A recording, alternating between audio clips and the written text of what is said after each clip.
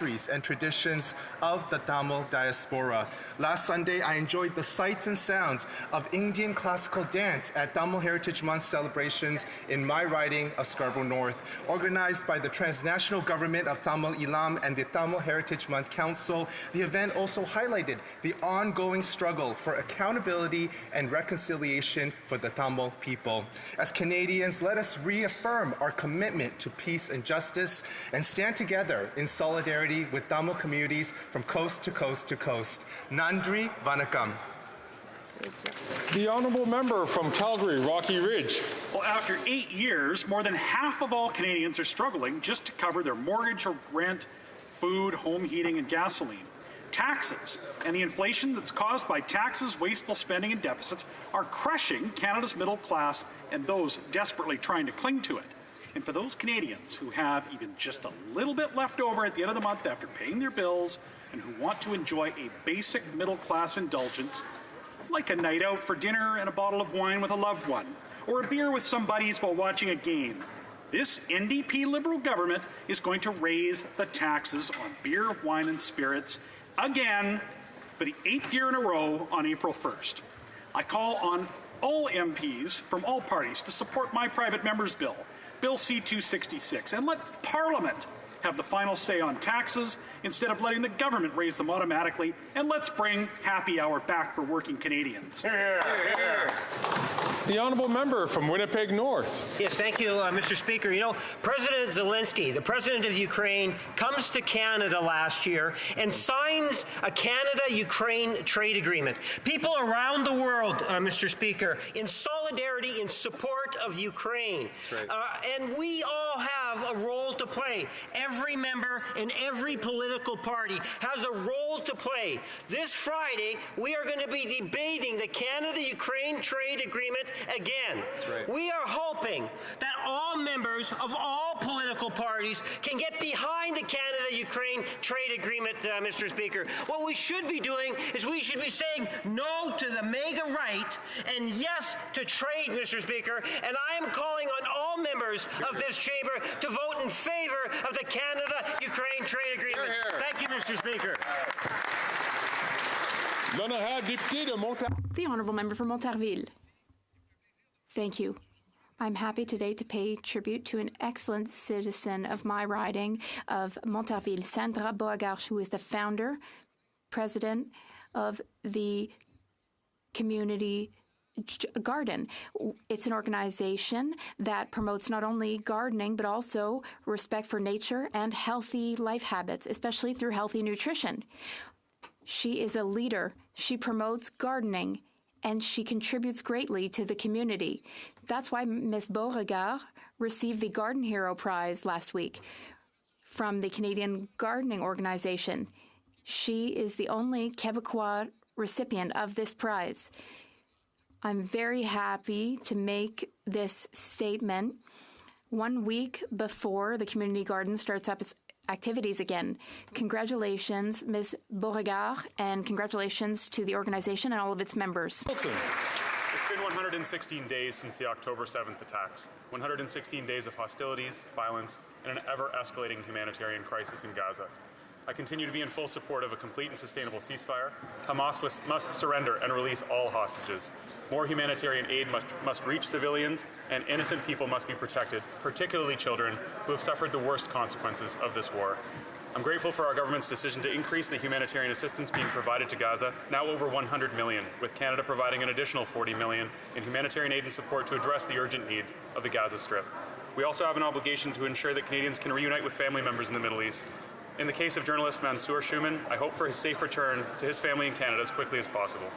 I'm proud that our Prime Minister has pushed back against Netanyahu's reckless rejection of a two-state solution. Indeed, the only way forward for Palestinians and Israelis is to have an internationally recognized Palestinian state that is safe and secure with borders. We believe in a two-state solution. We believe that peace is possible.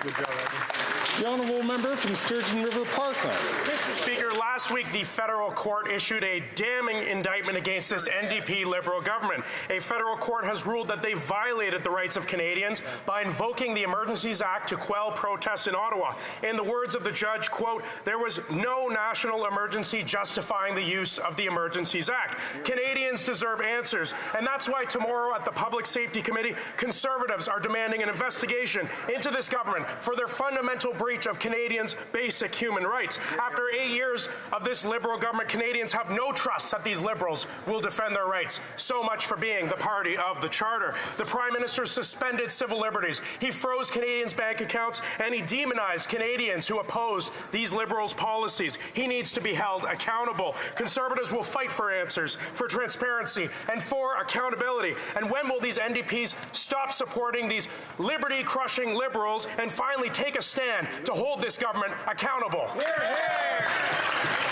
The honourable member from Ottawa Centre. To remember a member of my community of Ottawa Centre that has tragically passed away after giving so much to this place as a member of the Parliamentary Translation Services team.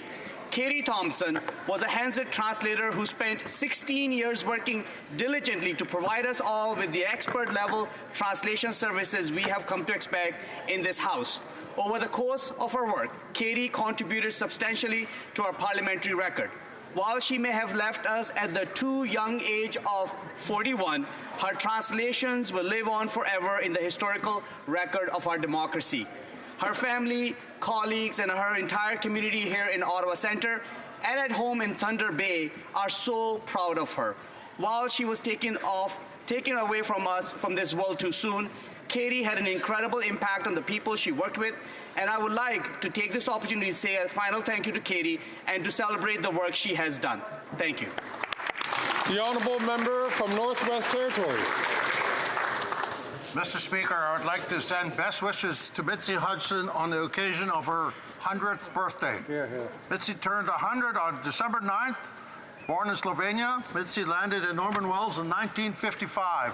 Without knowing a word of English, she began working in the Imperial Oil Mess Hall. It was here that Mitzi met the love of her life, Eddie Hudson. Mitzi has worn many hats over the years, from working in the hospital, owning a hotel, and countless hours volunteering in the church. Mitzi is fluent in 4 languages and is an accomplished seamstress, dancer, gardener, and baker. Her cherry cheesecake was once auctioned for $1,400. Mitzi is an unsung hero, and her selfless character and genuine kindness is why she has such a vast network of friends and admirers. Along with 2 children, 4 grandchildren, and 4 great-grandchildren, and many, many other friends and family, I want to wish Mitzi a very happy 100th birthday. The honourable member from Prince George, Peace River, Northern Rockies. Thank you, Mr. Speaker. After 8 years, Northern Canadians have learned the hard way that this Prime Minister is not worth the cost. Northwest Territories Premier R.J. Simpson recently said, the costs are already high. Higher costs are not the solution up here. Adam and Chris from Yellowknife handed me their monthly heating bills of $1,400, $1,700, and $2,100 because of this Prime Minister's carbon tax. But Northerners have a choice next election, Mr. Speaker. On one side, they have a costly coalition, NDP Liberal government, who have driven up heating costs in the north because of their carbon tax, broken housing promises because 0 homes built in Nunavut last year, doubled the national debt with little northern infrastructure to show for it, and doubled violent crimes across Canada. On our side, we have a common sense plan that we, along with our leader, will axe the tax, we'll build better homes, we'll fix the budget and stop the crime, and we'll bring it home. The honourable member from Fredericton. Mr. Speaker, January 4th in Canada is National Ribbon Skirt Day. This day is the culmination of the hard work of Bella the Brain, of Cote First Nation and Indigenous peoples across Turtle Island, of Senator Mary Jane McCullum, and both houses of Parliament that offered unanimous support for a day that celebrates and uplifts Indigenous women, girls, and Two-Spirited peoples from coast to coast to coast. Each year, the movement grows bigger. Reconciliation is a complex and multifaceted process. National Ribbon Skirt Day is but one piece of this important puzzle. Let me quote from the legislation. Whereas Indigenous women are life givers and are entrusted with the traditional knowledge to care for their families, their communities, and the environment. Whereas the ribbon skirt is a centuries-old spiritual symbol of womanhood, identity, adaptation, and survival, and is a way for women to honor themselves in their culture. Whereas the ribbon skirt represents a direct connection to Mother Earth and its sacred medicines. This recognition is enshrined in law, Mr. Speaker. Canada has come a very long way. Keep rocking those ribbon skirts. The honourable member from Edmonton, Wetaskiwin. Axe the tax, build the homes, fix the budget, stop the crime. 12 words, 4 straightforward conservative promises that have Liberal MPs in panic mode. Sloganeering, they protest, as though their own Prime Minister doesn't spew meaningless catchphrases like a pull-string doll. We've got Canadians' backs. The laughable, we took on debt so Canadians wouldn't have to. And everyone's favorite, the budget will balance itself. In the real world, as JFK once said, things do not happen. Things are made to happen. These 12 words are about making things happen. Each short promise packs in an action towards a positive outcome on a critical issue for Canadians. Axe the tax, build the homes, fix the budget, stop the crime. Whether it happens this spring, next winter, or in the fall of 2025, a strong Conservative government will restore common sense to Ottawa. And with that common sense, hope for a better life for all Canadians. The honourable member from Cumberland, Colchester. 40% of Nova Scotia households are struggling to pay their electricity bill, making Nova Scotia choose between eating and heating. And we all know, sadly, that 2 million Canadians visit a food bank every month. The NDP Liberal Coalition policies have also failed to provide affordable housing in Canada. In December, rents are at their highest level ever, skyrocketing to $2,178. This has doubled under this Prime Minister. And let's talk crime. Since this Prime Minister was first elected, car thefts across Canada have increased dramatically. They have doubled in Montreal and tripled in Toronto. Canadians will have a very simple choice in the next election. On the one hand, you'll have the costly coalition of the NDPs and Liberals who will take your money, tax your food, punish your work, double your housing costs, and unleash crime and chaos in your community. Or you can have the common sense Conservatives who will axe the tax, build the homes, fix the budget, stop the crime. That's the choice, Mr. Speaker. Hear, hear.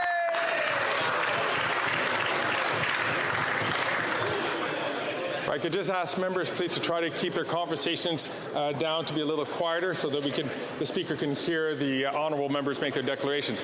The honourable member for Nickel Belt. Everyone should file their income tax before April 30th to receive the credit benefits that are entitled. For example, the quarterly issued carbon rebate in Ontario is for all taxpayers, and it's a tax-free benefit to offset the cost of federal pollution pricing. Experts around the world agree that pricing pollution works. It is just one way Canada is fighting pollution. Carbon rebate quarterly payment went out January 15th and the next April 15th. 2023 payments for family of 4 in Ontario is $976. A couple is $732, and an adult living alone is $488. Merci au bénévole. Thank you to volunteers at free tax clinics across Nickel Belt.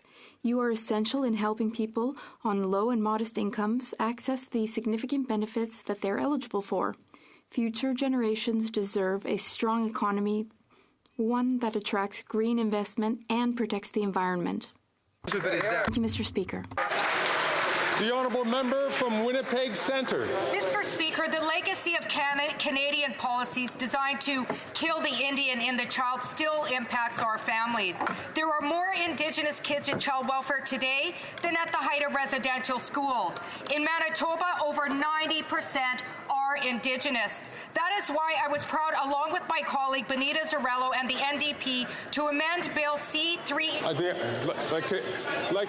like to just remind members, and I'll ask the member to start her statement again, because I know that she should be doing this, but it is, of course, tradition that we do not mention the name of members of Parliament, but we refer to them by their riding. So I'll ask the honourable member from Winnipeg Centre to start again. Mr. Speaker, the legacy of Canadian policies designed to kill the Indian in the child still impacts our families. There are more Indigenous kids in child welfare today than at the height of residential schools. In Manitoba, over 90% are Indigenous. That is why I was proud, along with my colleague from Port Moody, Coquitlam, and the NDP, to amend Bill C-318 to provide EI benefits for kinship and customary care. I was concerned that the Liberal members abstained from voting, but not surprised considering they voted against our amendment to affirm the free, prior, and informed consent of Indigenous parents in the national child care legislation. If this current government is not ready to give our kids back, then their words of reconciliation are empty. The government must uphold Bill C-15, which mandates the government to take all measures necessary to ensure that the laws of Canada are consistent with the United Nations Declaration on the Rights. L'honorable député de Beauport. The honourable member for Beauport-Limoilou. Thank you, Mr. Speaker.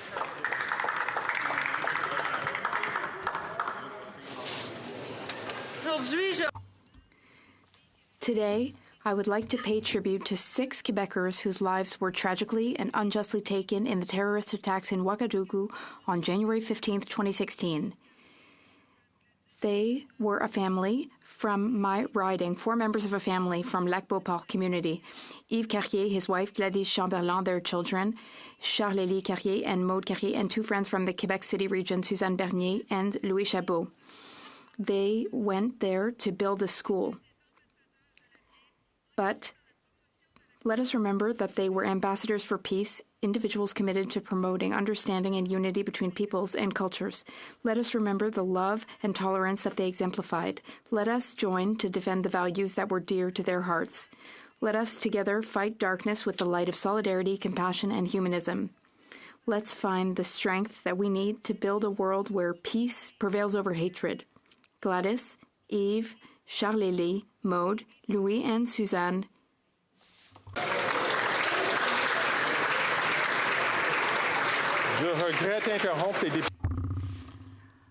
I regret to have to interrupt members during their declarations, but they must keep it under 60 seconds. The honourable member for Portneuf-Jacques-Cartier. Thank you, Mr. Speaker. Mr. Speaker, after 8 years of this government, the damage is staggering. Economic recession on the horizon. Canada's worst housing crisis ever. The crime rate is up 38%, 40%, and the estimates are through the roof. Canadians deserve better. They have a choice between a minority Liberal government that's in coalition with the NDP. But worse still, Quebecers have been hoodwinked by the Bloc Québécois, which supports the Liberals' wasteful spending and supports, among other things, the second carbon tax. The Bloc Québécois wants it to be drastically increased. Canadians have 2 choices in the next election. They could be stuck with this Liberal government again, which is kept in power by the Bloc and the NDP, or their other choice, the Conservative Party of Canada, which has a plan to axe the tax, build the houses, fix the budget, and stop the crime. The choice is very clear. Canadians deserve a government that will work for them and bring back our national pride. That's common sense, Mr. Speaker.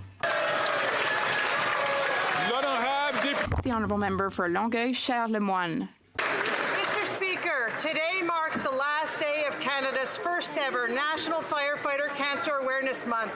It is also on this very day, 2 years ago, that I introduced my private member's bill, which became law in June, to establish a national framework for the prevention and treatment of cancers linked to firefighting, and to make every January Firefighter Cancer Awareness Month throughout Canada, bringing increased public awareness to occupational cancers in the fire service, which account for over 85% of all duty-related deaths among Canada's firefighters. It is crucial to promote best practices that can help mitigate the risks. This public awareness is essential in order to ensure that the men and women who put their health and their safety at risk are regularly screened and receive timely treatment in the event of a cancer diagnosis. Thank you to the firefighters in my riding of Longueuil-Charles-Lemoine and to firefighters across Canada for their sacrifice, and know that your health and your well-being are important to us. Thank you. Oral questions orales. L'honorable chef de l'opposition. The Honourable Leader of the Opposition.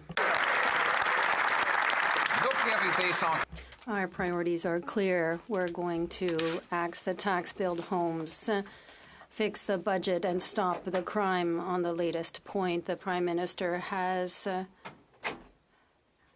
presenting himself as the great hero when it comes to auto theft.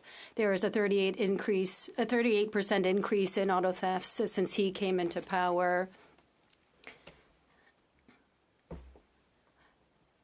The penalties are light. Our ports are badly managed. Will he reverse his policies that have led to the crisis in the auto sector instead of having yet another summit? The Right Honourable Prime Minister.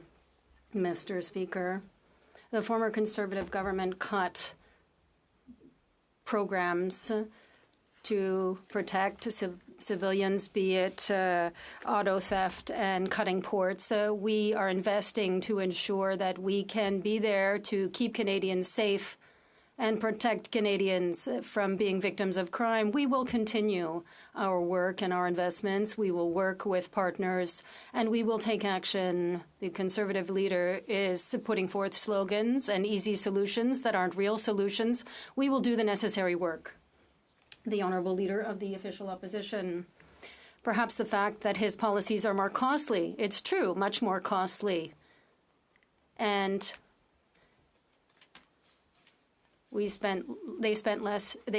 there was less spent for fewer thefts. 2/3 left less thefts in Toronto in 2015 when he took power. He's letting car thieves off lightly, and he's not managing federal ports properly. Will he reverse the policies that have led to this crisis? The Right Honourable Prime Minister. Everything is being done to fight auto theft. There is a national summit on combating car theft, which is bringing together the various leaders from the different sectors and jurisdictions to address the problem. We are already getting results. Our border services officers have already stopped the theft of 1,600 cars in 2023. We will continue to do the work while the Conservatives are making political attacks. The Opposition. Mr. Speaker, our priorities are clear. We're going to axe the tax, build the homes, fix the budget, and stop the crime. Stop the auto theft that has run rampant under this Prime Minister. He's now throwing a cape over his back, claiming that he's the hero on auto theft, but it's actually tripled in Toronto, and it's up by 100% in Montreal after he brought in catch and release and house arrest for car thieves, and after his incompetence allowed our ports to spin out of control and our cars to be exported to overseas crime and terror networks. Why doesn't he reverse his policies instead of another meeting? The Right Honourable Prime Minister. Mr. Speaker, this is a serious situation. Canadians are concerned about this. And the Conservative leader just chooses to whip out his empty slogans and continue to blame everyone while we're getting to work. We're pulling together stakeholders and leaders from across the government to look at what more we can do. We've seen successes. CBSA agents have intercepted over 1,600 stolen cars last year in 2023, but there's more to do. We're going to continue to make the steady work and investments necessary to keep Canadians safe and to keep crime down. The Honourable Leader of the Opposition. To keep crime down. Crime is way up. Violent crime is up 40% under this Prime Minister. And today he had his ministers hold a big press conference as their solution. And in it, they put out a press release that said, and I quote, in 2022, approximately 9,600 vehicles were stolen in the Toronto area alone, representing a 300% increase since 2015, end quote. Wow. What happened in 2015? What happened? I know, he happened, Mr. Speaker. How can we make him unhappen and stop the crime?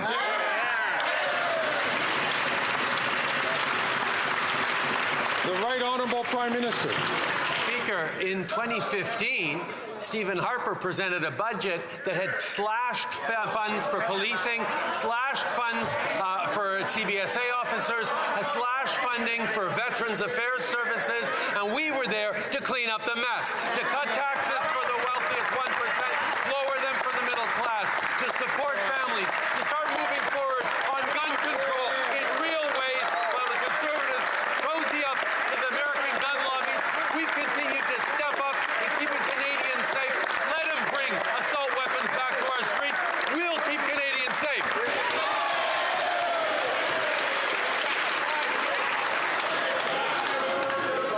The Honourable Leader of the Opposition. Wow, is he ever losing control of himself? Oh my goodness. Screaming and hollering like that. Mr. Speaker, it's his press release that says that in Toronto, auto thefts are up 300% since he took office. His solution is to hold a summit. He held a summit on food prices. Food prices went up. He held a summit on housing. Housing costs doubled. How much is crime going to rise after all the bigwigs go to his summit?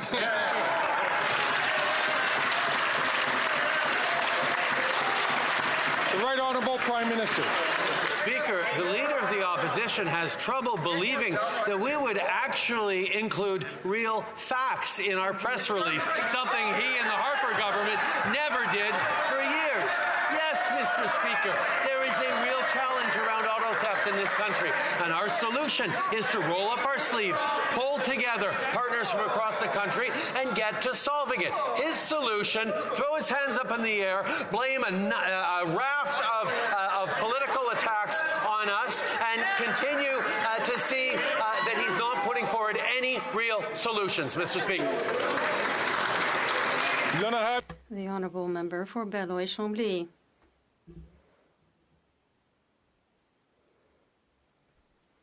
Order, please.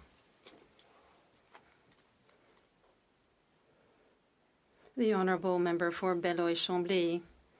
Medical assistance in dying is profoundly marked by progressive policies in Quebec. We are there to admit, all of us, that the hypotheses on which a person who is currently suffering from a mental condition cannot make a serious mental condition cannot make a decision. Other people know that their condition will deteriorate and can make a decision now. So it could already be set out in Quebec that they could be allowed to do this. Will the government consider this? The Right Honourable Prime Minister. Mr. Speaker, as my honourable colleague says, the choice of getting medical assistance in dying is an extremely difficult choice. It's a very personal one as well. As a society, as a parliament, it is our responsibility to find the balance, an adequate balance in a difficult situation that respects the rights and freedoms of an individual and to protect the most vulnerable. That is why for years we have been studying, assessing, taking measures, proposing debates, listening to experts, and we will continue to be open to all kinds of suggestions as we continue to work responsibly together. The Honourable Member for Belloy-Chambly.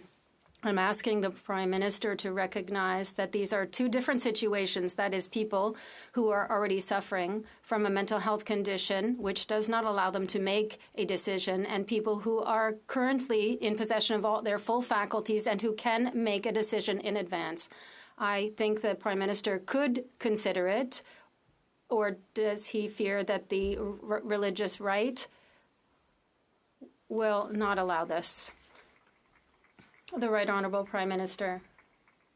Mr. Speaker, we know full well that this is a real issue that my colleague is raising. It is a question that is being asked, along with a number of other difficult questions, and they are being examined. Yes, we will continue to consider advanced directives. We will continue to look at how we can ensure that people have the rights and freedoms that are important to them, while still ensuring that we protect these people and all others who are vulnerable in unexpected or negative situations.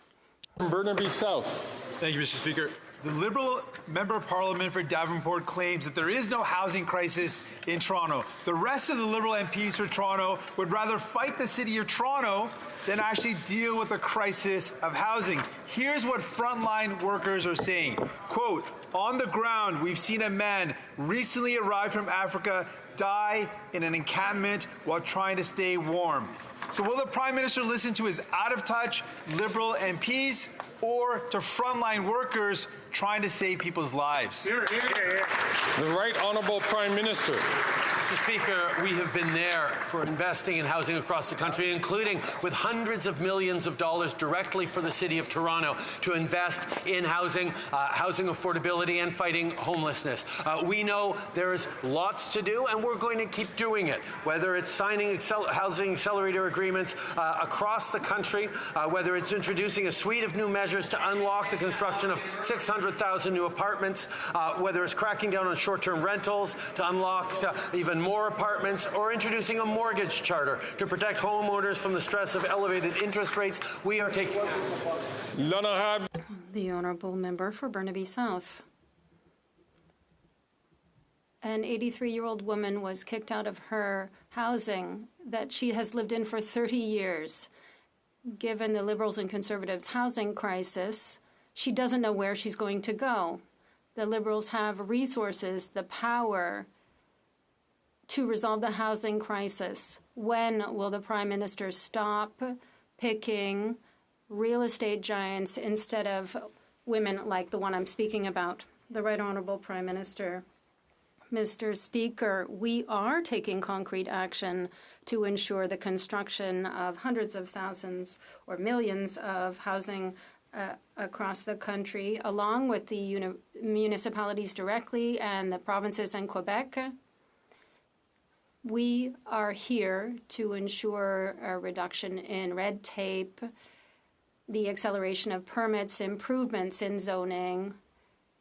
$4 billion is on the table to deliver housing, and we will continue to do this work in a serious and responsible manner. The Honourable Leader of the Opposition.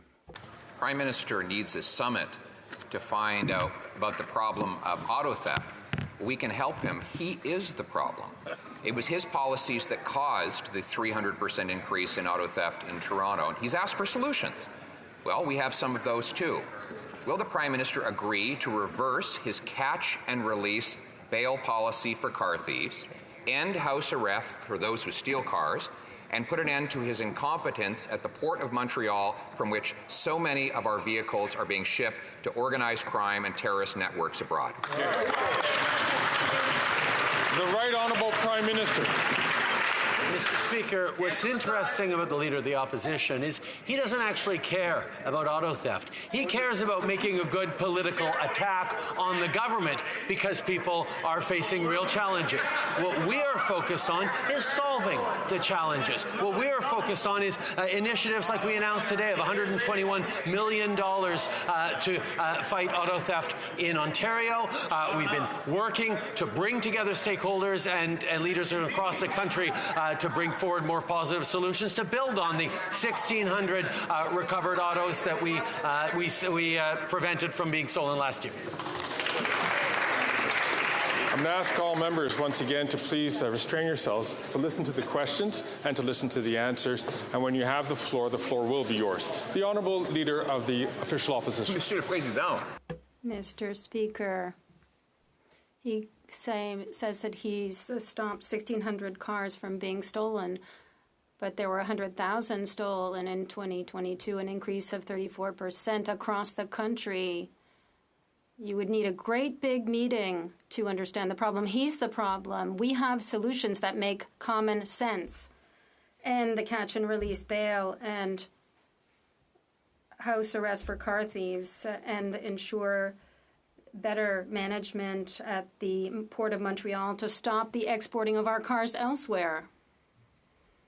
The Right Honourable Prime Minister. Once again, he is accusing people in Quebec of being incompetent. That's a real pattern for the Conservative leader. We are here to work hand in hand with the municipal leaders, police chiefs, provinces, in order to resolve this problem. We are here to work in a responsible manner by investing, for example, $121 million to fight auto theft in Ontario, which we announced today. There is work to be done, but it's not using empty slogans and making personal attacks that will solve these challenges for Canadians, but we are doing the work.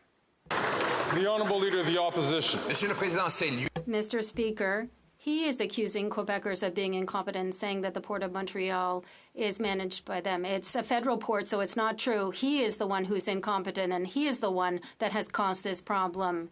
And this is the problem across all the ports in Canada. Because of him, the federal ports are poorly managed, and that's why there's such a high rate of crime.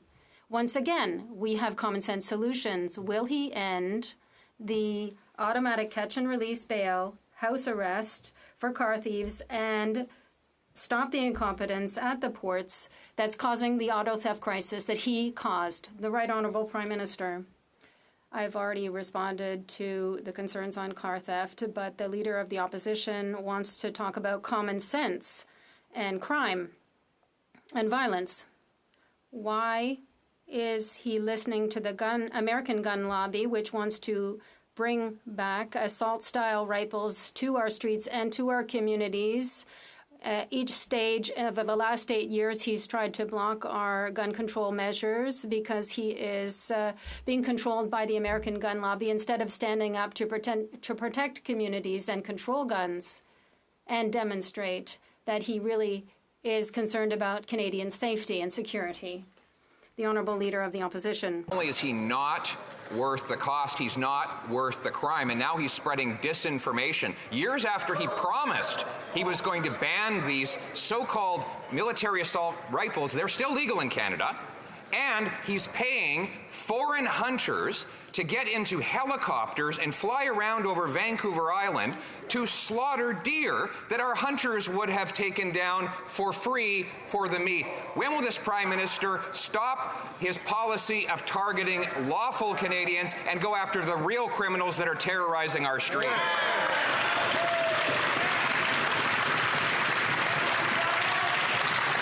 The Right Honourable Prime Minister. The contortions the Leader of the Official Opposition goes through to try and talk about gun control are quite impressive, Mr. Speaker, but Canadians will not be fooled by him. The Order in Council that made assault-style weapons illegal to use, to purchase, or to share or sell is still in place. The Conservative Party of Canada has as its official position that it wants to restore the legality of assault-style weapons in this country. The Honourable Leader of the Opposition. Mr. Speaker, he stumbles and bumbles when he does not know what he's talking about, and he does not know what he's talking about because he does not care what he's talking about. He still has not banned those guns. Years after promising on the election trail that he did, they are still legally in the possession of their owners at this stage, and he says he won't be able to do it until a week after the next election. Meanwhile, he tried to publish 300 pages of hunting rifles that he wanted to ban, blaming First Nations hunters for crime in downtown Toronto. Why does he want to protect turkeys from hunters instead of Canadians from criminals?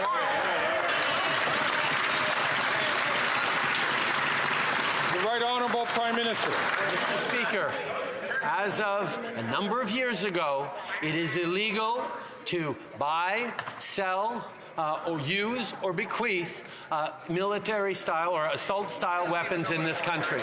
We did that. We banned over 1,600 models of assault-style weapons. The Conservative Party wants to make those assault-style weapons legal again.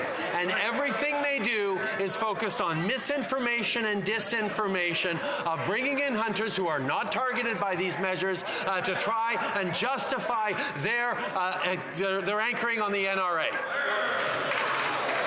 The Honourable Leader of the Opposition. More stumbling and bumbling, Mr. Speaker. The guns he talked about are not banned. And he says they will not be banned until 1 week after the next election because he cannot figure out how to ban them, years after he announced it. Meanwhile, he's spending billions of dollars going after licensed, law-abiding, trained and tested people who've proven that they are statistically the least likely to commit crime. And what has been the consequence? In 8 years, we've had a 100% increase in criminal shootings. Why does he always go after the good guys instead of putting the bad guys in jail?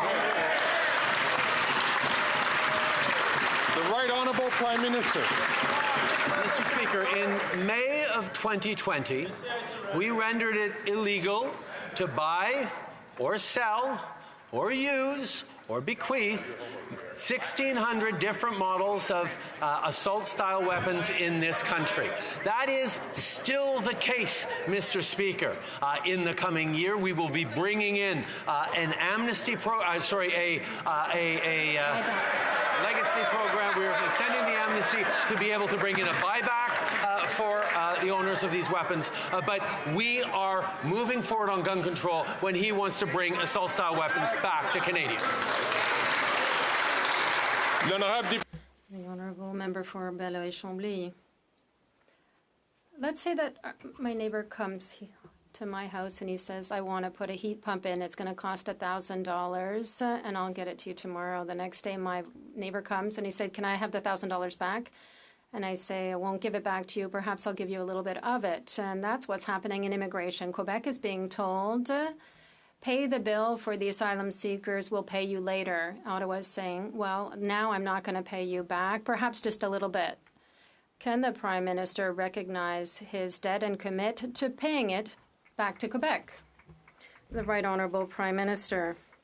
Mr. Speaker, since the beginning, we have recognized the extent to which Quebec and Quebecers have borne a heavy burden with regard to the illegal arrivals at Roxham Road in particular.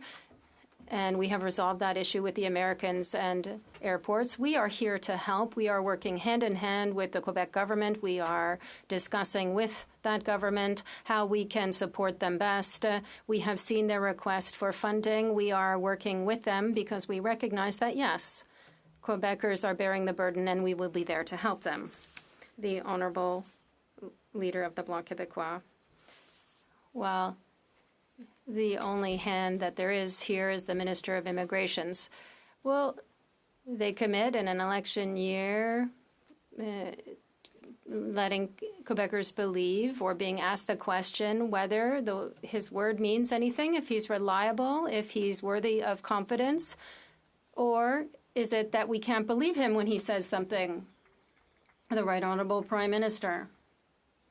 Mr. Speaker, at each step of the way, we are here to work respectfully with the provinces and territories, with Canadians and the governments across the country. It's true that sometimes there are differences of opinions and perspectives, but at each stage, we are working respectfully and keeping our word. And we are focusing on what is in the interest of the people across this country, and we will continue to do that. Yes, we can be a reliable partner, and we have shown it quite often, and we will always be. The Honourable Leader of the Official Opposition. Prime Minister has hit Canadian farmers with a carbon tax that drives up food prices at the grocery store. Food prices that are rising again only months after he promised they would come down. I asked him late last year if he would talk to the Medeiros farm about their rising carbon tax bill. They just got their bill for December, and it is $21,000 in carbon taxes alone. I ask now, as I asked back then, how exactly will the Medeiros family pay this bill when it quadruples to over $80,000 a year? The Right Honourable Prime Minister. It's interesting that the Conservative leader is asking the government to help out the Medeiros family farm now, because back in 2014, when the Medeiros fan came to him in government, asked him for some support as they were trying to make investments, trying to continue to move forward, he told them that they needed to stand on their own 2 feet. That's what he told that farm. Mr. Speaker, we are there to support farmers right across the country with $1.5 billion over the past few years in investments, in supports. We're going to continue to be there for farmers as they fight climate. The Honourable Leader of the Opposition. Actually, when the Medeiros family asked for me for help, I went to Enbridge and helped them get lower-cost natural gas to power their operation, Mr. Speaker. That's the real story. So instead of reading the disinformation from the kids in short pants over in PMO, why doesn't he deal with the thing that's really hurting that family right now? A $21,000 monthly carbon tax bill that is passed on to the trucker who ships the food and the grocer who sells the food. So once again, how much will Canadians have to pay in higher food prices when he quadruples the carbon tax?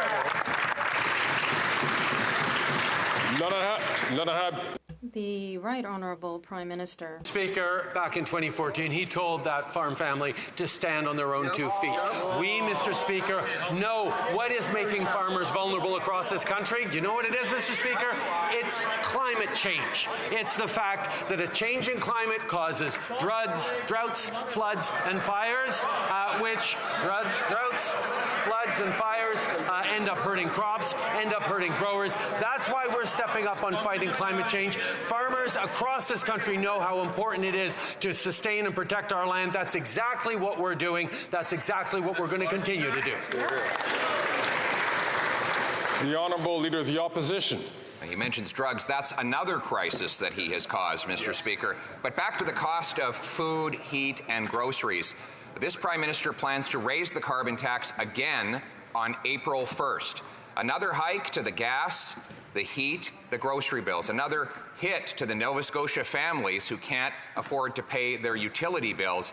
And another hit to working class families while he jets around the world carbon tax free. If he can't have the common sense to axe the tax, will he at least cancel his plan to hike the tax on April 1st? The Right Honourable Prime Minister. You know what the Leader of the Opposition is proposing to cut for Canadians? The carbon rebate, Mr. Speaker. The checks that Canadians get in price on pollution is in place that they are relying on to enable them to both fight climate change and support their families. We are going to continue to be there to fight climate change and put more money in the pockets of 8 out of 10 Canadian families. When he talks about cutting climate action, he's also talking about cutting those checks that arrive in families' bank accounts 4 times a year. The Honourable Leader of the Opposition. The Parliamentary Budget Officer, the average 60% of Canadians are paying more in his carbon tax than they get back in rebates. And now we learn that 40% of Nova Scotia households are struggling to pay their electricity bills. The carbon tax, of course, applies on the share of electricity that is generated through traditional hydrocarbons and other fossil fuels, Mr. Speaker. The Prime Minister is going to hit Canadians with yet another tax hike on April the 1st. Will he, if he can't summon the common sense to axe the tax, will he at least cap the tax so Canadians can afford to eat?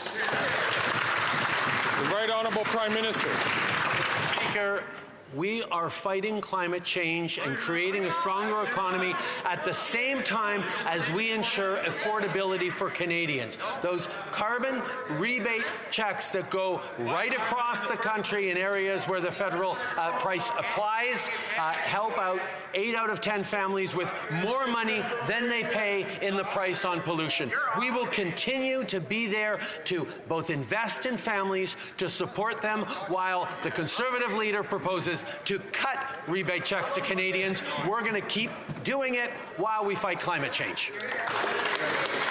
The Honourable Member from Burnaby South. Millions of Gazans rely on UNRWA for food, water, and shelter. People are starving. Children are eating grass just to survive. Yes, serious allegations need to be investigated and prosecuted. No, children should not pay for this. Why is this Prime Minister fueling this war with Canadian arms and punishing Palestinian children who did not commit a crime? Hear, hear. Hear, hear.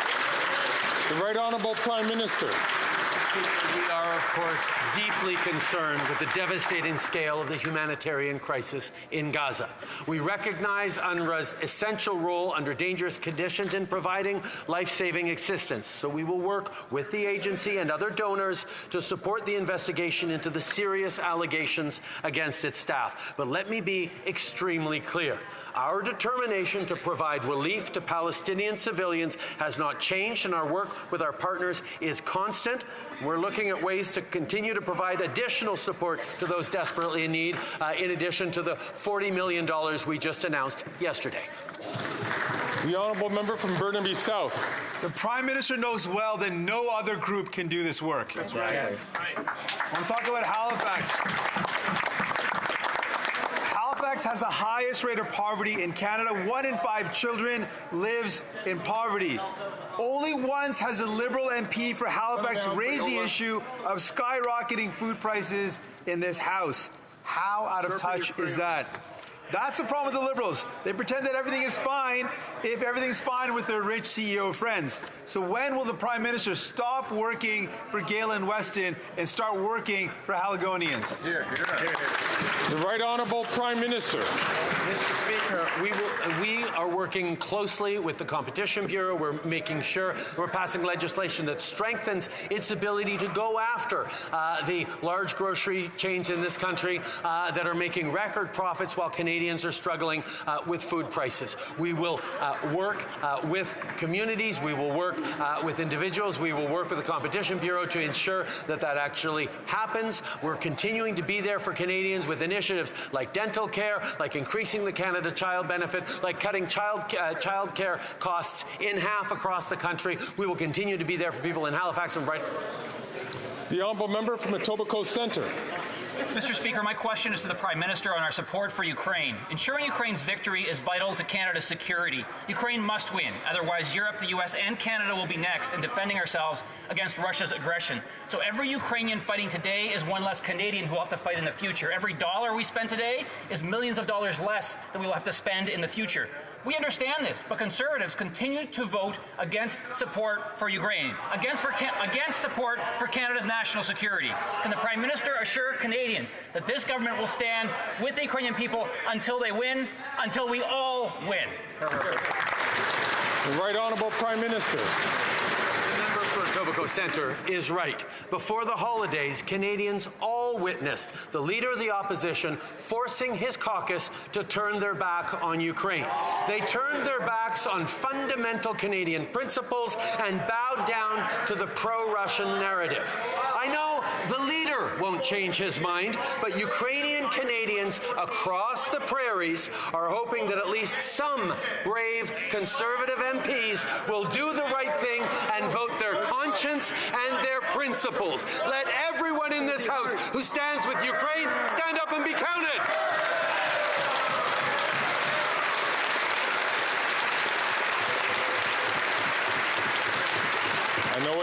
I know it's Wednesday. I know it's caucus day. I know that people are primed up, but I'm going to ask members, please let us restrain ourselves so that we can hear the questions and we can hear the answers. The Honourable Leader of the Opposition. Mr. Speaker, what this Prime Minister has is a pro-Russia energy policy that forces the Europeans to buy their energy from Russia by denying Canadians the ability to sell our own. He prefers military equipment for Putin instead of paychecks for Canadians. He does want to export detonators and turbines to Putin so he can pump his gas and power his landmines. Why doesn't he stop using Ukraine as a political tool and actually do something to stand up and help win the war?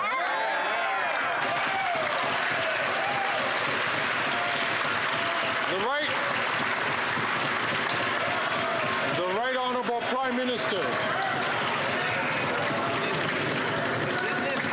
The Right Honourable Prime Minister from the top, please.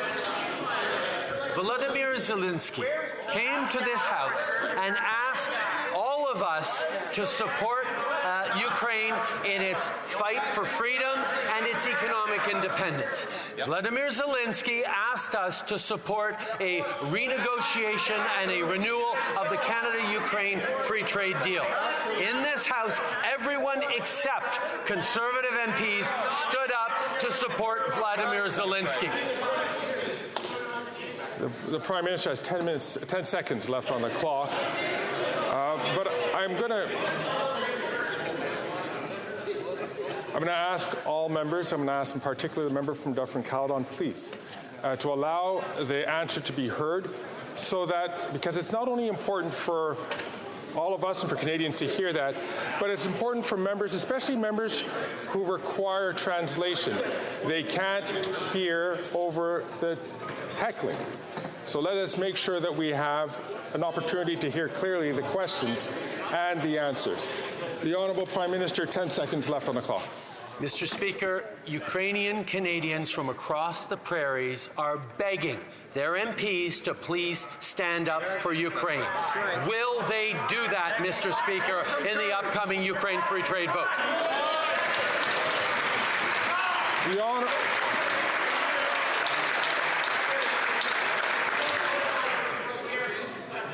The Honourable Leader of the Opposition.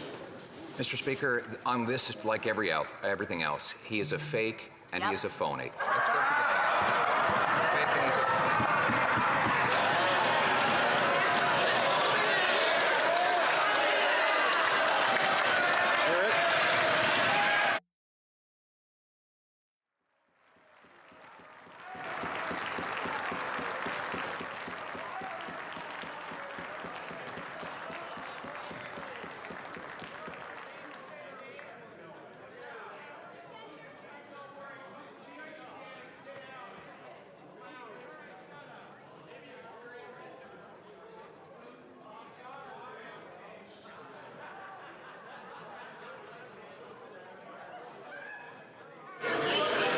The Honourable Leader of the Opposition is a well-experienced man in Parliament. I would caution him to avoid using language like that could cause disruption and could be interpreted differently. The Honourable Member from the top, the Honourable Leader of the Opposition. His carbon tax deal does not distract from the fact that he announced $400 million in surface-to-air equipment that he has still not delivered. Right. What he did deliver is detonators to Putin so that Putin could put them in landmines and blow up Ukrainians. He delivered a turbine that was refurbished in Montreal so that Putin could put it in his pipelines and pump gas and make money off Europe that we should be bringing home to this country. Why is it that he always stands up for the dirty dictators like Putin instead of the paychecks for our people?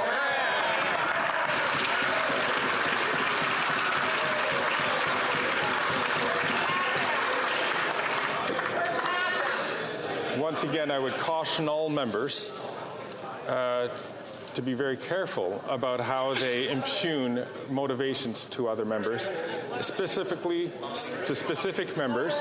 And this was the subject of a declaration which the chair had made back in October. And I encourage all members to please refer to it again to making sure that we keep on the right side of parliamentary language. The Right Honourable Prime Minister. Mr. Speaker, when the Leader of the Opposition refers to Ukraine as some faraway foreign land, when he continues to insist that all of his MPs, including Ukrainian Canadian MPs, vote against a free trade agreement that Volodymyr Zelensky is asking us to vote for to support Ukraine, he can't hide behind the kind of misinformation and disinformation that he regularly peddles in. It's very simple, Mr. Speaker. Will the members of the Conservative... So I'm going to remind all members again. I know it's Wednesday, and I know that all members, but as I had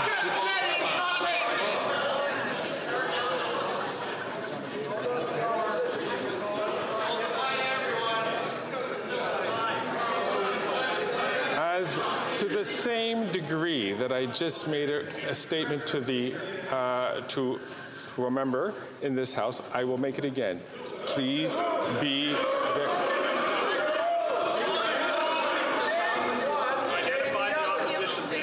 I would invite all members to please listen to their whips for a second, and I will... Can you have them sit down when you're up? Thank you. It's important.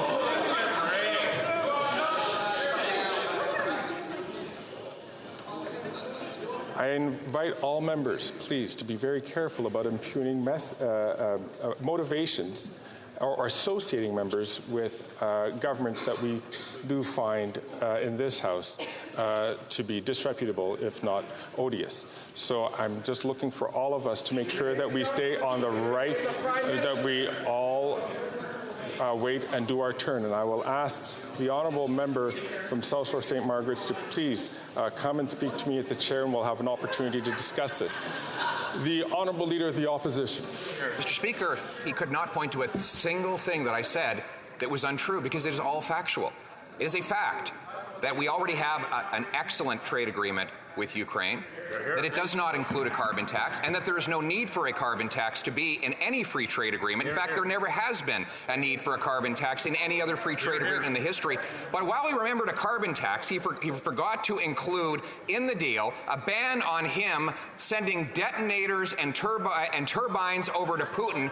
Why is it that he's so determined to allow Putin to acquire weapons and money rather than having a real free trade deal with Ukraine?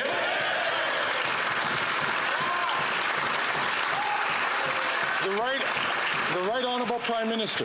Mr. Speaker, the Leader of the Official Opposition has an opportunity to correct the record from him having called Ukraine a faraway foreign land by allowing his Ukrainian Canadian MPs, at the very least, to vote in favor of the renewal of the Canada-Ukraine Free Trade Agreement coming up for a vote in the coming days. It is an opportunity for those who choose to stand with Ukraine to stand with Ukraine in this House and be counted.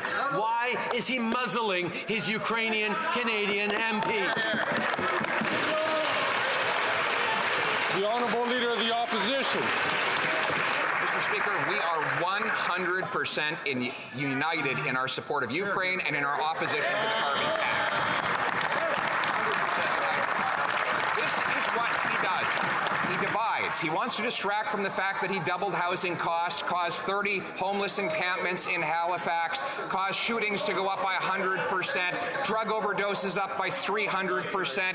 It is no wonder that he would want to use fear and falsehoods to distract from his many failures, and that is exactly what he is doing. Why won't he finally unite this country instead of trying to divide and conquer?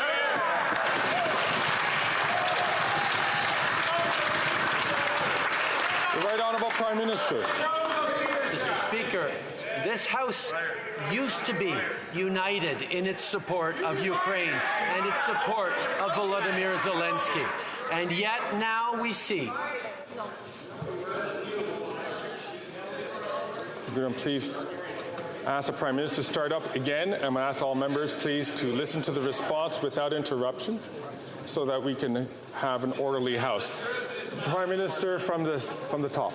Mr. Speaker, this House used to be united in its unequivocal support for Ukraine, and then the Leader of the Opposition disparagingly referred to Ukraine as a faraway foreign land, something for which he has not yet apologized, and has demanded that all his MPs, including Prairie MPs who have strong Ukrainian-Canadian populations, vote against a free trade deal that Volodymyr Zelensky has deliberately and directly asked Canadians to support. When will he stand up for Ukraine? The Honourable Member for Drummond. Let's go back, if you will, to the committee appearance of CBC Radio Canada's CEO, Catherine Tate. Sorry, I'm just going to ask the Honourable Member to start again because his microphone was not loud enough for the Speaker to hear them or hear their question. So the Honourable Member for Drummond. Let's go back, if you will, to the committee appearance of Catherine Tate, CEO, CBC Radio Canada's CEO yesterday. Nothing in her testimony yesterday reassured anyone of her vision for French language, news and culture. She's maintaining the 600 job cuts, which are disproportionately detrimental to the French-speaking community. And yet, this morning in a press scrum, the government opened the door to additional financial support for Radio Canada. Will the Prime Minister commit to making any additional assistance to Radio Canada hinge on cancelling the job cuts? The Right Honourable Prime Minister. Mr. Speaker, at a time of misinformation and disinformation and the transformation of our media and digital era, we need CBC Radio Canada to be strong, to protect our culture, to protect our democracy, and to tell our stories from one end of the country to another. We'll always be here to defend CBC Radio Canada, and we are going to seek to make necessary investments so this can continue to fulfill their mandate to inform and to strengthen democracy here in Canada. The honourable member for Drummond. Perfect. The Bloc will support the Prime Minister if he offers assistance to Radio-Canada, but which must be conditional on keeping jobs. But Radio-Canada is the only one crying foul. All electronic news media are demanding the same support like our newspapers. We've seen huge job cuts at Bell and TVA. Weekly publications are losing their distribution channels, not to mention the news blackout at Meta. Will the Prime Minister give all news media the same consideration he's given to CBC Radio-Canada? The Right Honourable Prime Minister. Mr. Speaker, supporting journalists and local media is very important for this government, particularly at this time that is challenging. This is why we put forth C-18, which will help our journalists at all levels to continue operating. We'll be here to support free and independent press that is professional. We know there's a lot of work to be done still at this time of uncertainty, and we will be here to work with all parties who want to protect journalism, unlike the Conservatives. The Honourable Leader of the Opposition. Years, this Prime Minister is not worth the cost of housing, which has doubled since he promised to lower it. But there is good news. Rent is down for the 8th consecutive month in the United States. Right. Meanwhile, it has more than doubled under this Prime Minister. It's up 9% in the last year alone. Can the Prime Minister explain why is rent going down in the States while it skyrockets under his leadership here at home? The Right Honourable Prime Minister. I'd like to give the Leader of the Opposition another opportunity to apologize for referring to Ukraine as disparagingly as a faraway foreign land. The Honourable Leader of the Opposition. Speaker, the question was about rent in Canada. Rent prices have doubled after 8 years of this Prime Minister. They have tripled in his home city of Montreal, and now, according to the Home Builders of Canada, they expect that construction numbers will actually plummet this year relative to the prior years. They say that this will lead to higher prices, and they say we require, quote, policy changes to reverse it. Will the Prime Minister finally accept a common sense plan to build the homes so Canadians can afford the rent? The Right Honourable Prime Minister. Mr. Speaker, once again, I didn't hear an apology to Ukrainians. I encourage him to do that. People are waiting for it. At the same time, Mr. Speaker, I can remind this House that we have signed dozens of housing accelerator fund agreements across the country that are leading to the construction of hundreds of thousands of new homes in the coming years. We've eliminated GST off of purpose-built rental apartments. We're moving forward on an interest-free savings account for first-time homebuyers. But again, I encourage the Leader of the Opposition to apologize for referring to Ukraine as some faraway foreign land. The Honourable Leader of the Opposition. Mr. Speaker, it just proves that what I said earlier. He's not interested in Ukraine. When I asked about rental prices, he started spreading disinformation about Ukraine. He couldn't care less about the war effort over there. He only cares about distracting from his failures at home. L'un de ses échecs. One of his failures is the tripling of rents in Montreal. And the Builders Association has said that this year will be one of the worst. Why, Mr. Speaker, are rents plummeting in the U.S. when they're skyrocketing here in Canada? The Right Honourable Prime Minister. This House, for well over 150 years, has been here to recognize the debates and follow what people have been doing. And if he is suggesting that Hansard, the official record of this House in which he said Ukraine is a faraway foreign land, is somehow misinformation or disinformation, well, he should come right out and say so. In terms of housing, we continue to invest across the country, including in Quebec. Quebec is doubling the $900 million we put forth for housing to help housing creation. The honourable member for Alfred Paulin. Mr. Speaker, affordability is a major concern for all Canadians.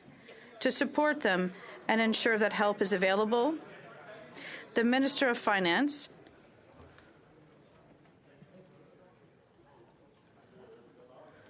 I would ask the member to start his question again, please.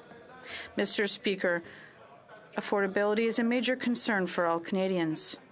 To support them and ensure that help is available, the Minister of Finance presented the fall economic statement. Can the Prime Minister remind the House of the important measures contained in the fall economic statement and why it must be passed quickly by this House? The Right Honourable Prime Minister. Thank you. I'd like to thank the member for Alfred Paulin for his question. The Leader of the Opposition spends a lot of time talking about affordability, but we haven't seen any sign of a proposal. And the Conservative leader, if he really wants to help Canadians, he can vote in favour of the fall economic statement, which deletes GST on psychotherapy and on co-op construction and creates EI insurance for adoption. Or he could help Canadians by voting in favour of the economic statement, but he continues to focus on cuts and austerity. The Honourable Leader of the Opposition, the reality is what Canadians are already living through, because rents have doubled across Canada. After 8 years of this Prime Minister, he promised to reduce costs, but he has increased bureaucracy. According to the Builders Association yesterday, the record drop in morale with builders means that construction starts will slow down. The problem is getting worse year after year. Will the Prime Minister finally accept our common sense plan to cut red tape to increase construction starts? The Right Honourable Prime Minister. Mr. Speaker, the Conservatives' plan is eliminating dental care for Canadians. Dental care that has already helped 400,000 children, and now 400,000 seniors are also signed up for this. They campaigned against daycare to cut the costs in half. They are voting against our measures to help Canadians concretely. He's offering cuts and austerity, but he won't offer solutions. The Honourable Leader of the Opposition. Rent, and instead he turned and made false attacks against me. Apparently I'm living rent-free in his head. Here's the reality. Rent is going down in the States while it's coming up in Canada. Housing costs have risen 40% faster than the incomes of Canadians, the worst record in the G7, and the second worst in the OECD. If the Prime Minister's plan were really working, why is it that housing costs have doubled and our housing is becoming less affordable than almost any developed country in the world? The Right Honourable Prime Minister. Mr. Speaker, I'm going to leave aside the question of where exactly he's living rent-free and focus on the supports we're giving to Canadians.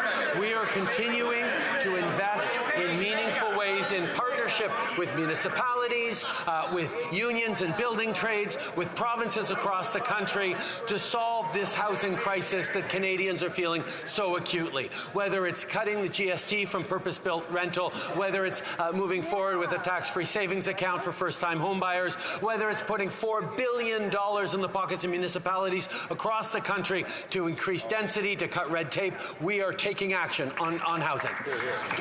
The Honourable Leader of the Opposition. Oui, prend beaucoup d'actions pour... Yes, he does a lot to increase housing costs.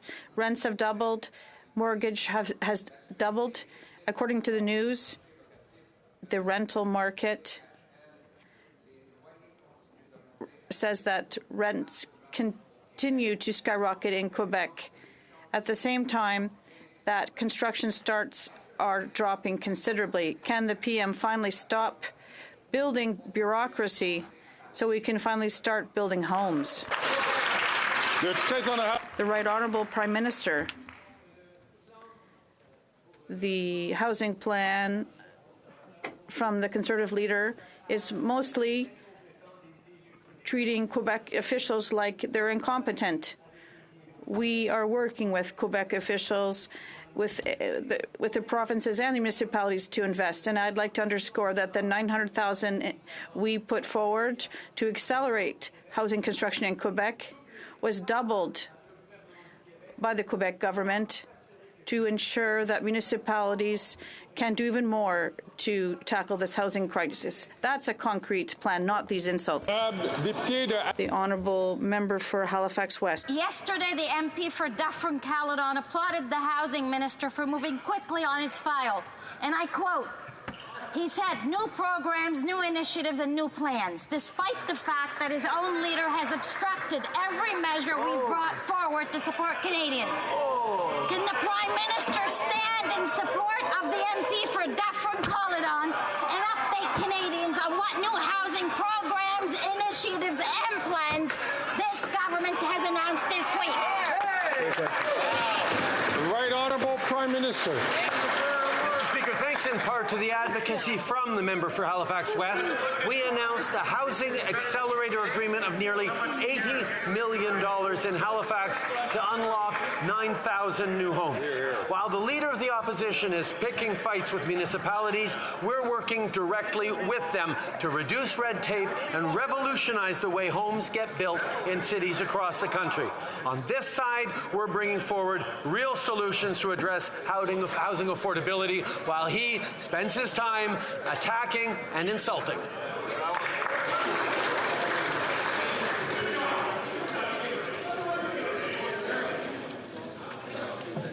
The honourable member from Nunavut. Nunavut athletes who earned their spot at the Arctic Winter Games in Alaska risk missing out because in Nunavut, Service Canada does not process passports. My office was helping until this government put even up more barriers. Families are now forced to pay thousands of dollars to fly down south to get their passports expedited or not compete at all. Can the minister ensure Nunavut has access to the same services as the rest of Canada? The Right Honourable Prime Minister.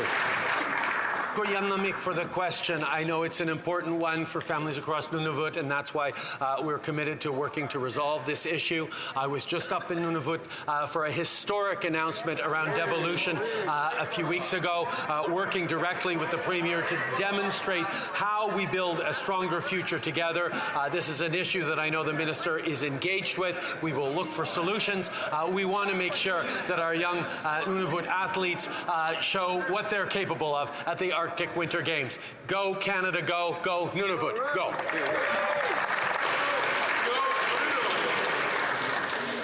The honourable member from Kitchener Centre. Mr. Speaker, in 2022, Canada sold more than $20 million of military equipment to Israel. Last week, the ICJ ordered Israel to take steps to prevent acts of genocide. As a signatory to the Genocide Convention, Canada is bound by this decision. Our own Export and Import Permits Act also forbids these sales if there's a substantial risk they could be used to violate international law. Given Canada supports the ICJ, will this government put in place an embargo on military exports to Israel? The Right Honourable Prime Minister. Mr. Speaker, Canada has one of the strongest export control regimes in the world that puts human rights and protection of human rights at the centre of our decision-making. It has always been the case, and we have been consistent in making sure that we are responsible in the way we do that. We will continue to be so. And this brings to an end question period. It being 3:20, the House will now proceed to the taking of deferred recorded divisions on the amendment to Mr. Kelly to this motion to concur in the first report of the Standing Committee on Agriculture and Agri-Food. Call in the members.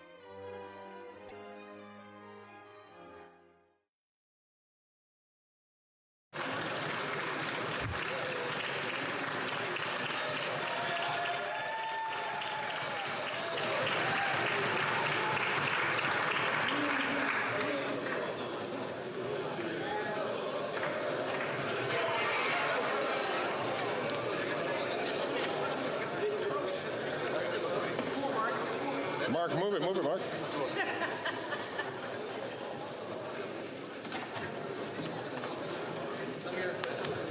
So, just waiting for Mark.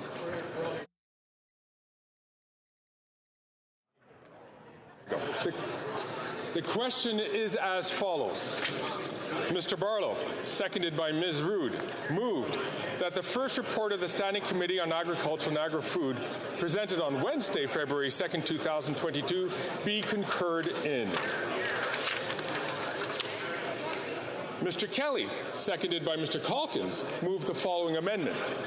That the motion be amended by deleting all the words after the word that and substituting the following. The first report of the Standing Committee on Agriculture and Agri-Food presented on Wednesday, February 2nd, 2022, be not now concurred in, but that it be recommitted to the Standing Committee on Agriculture and Agri-Food with the instruction that it amend the same by adding to recommend. May I dispense? I hear a no for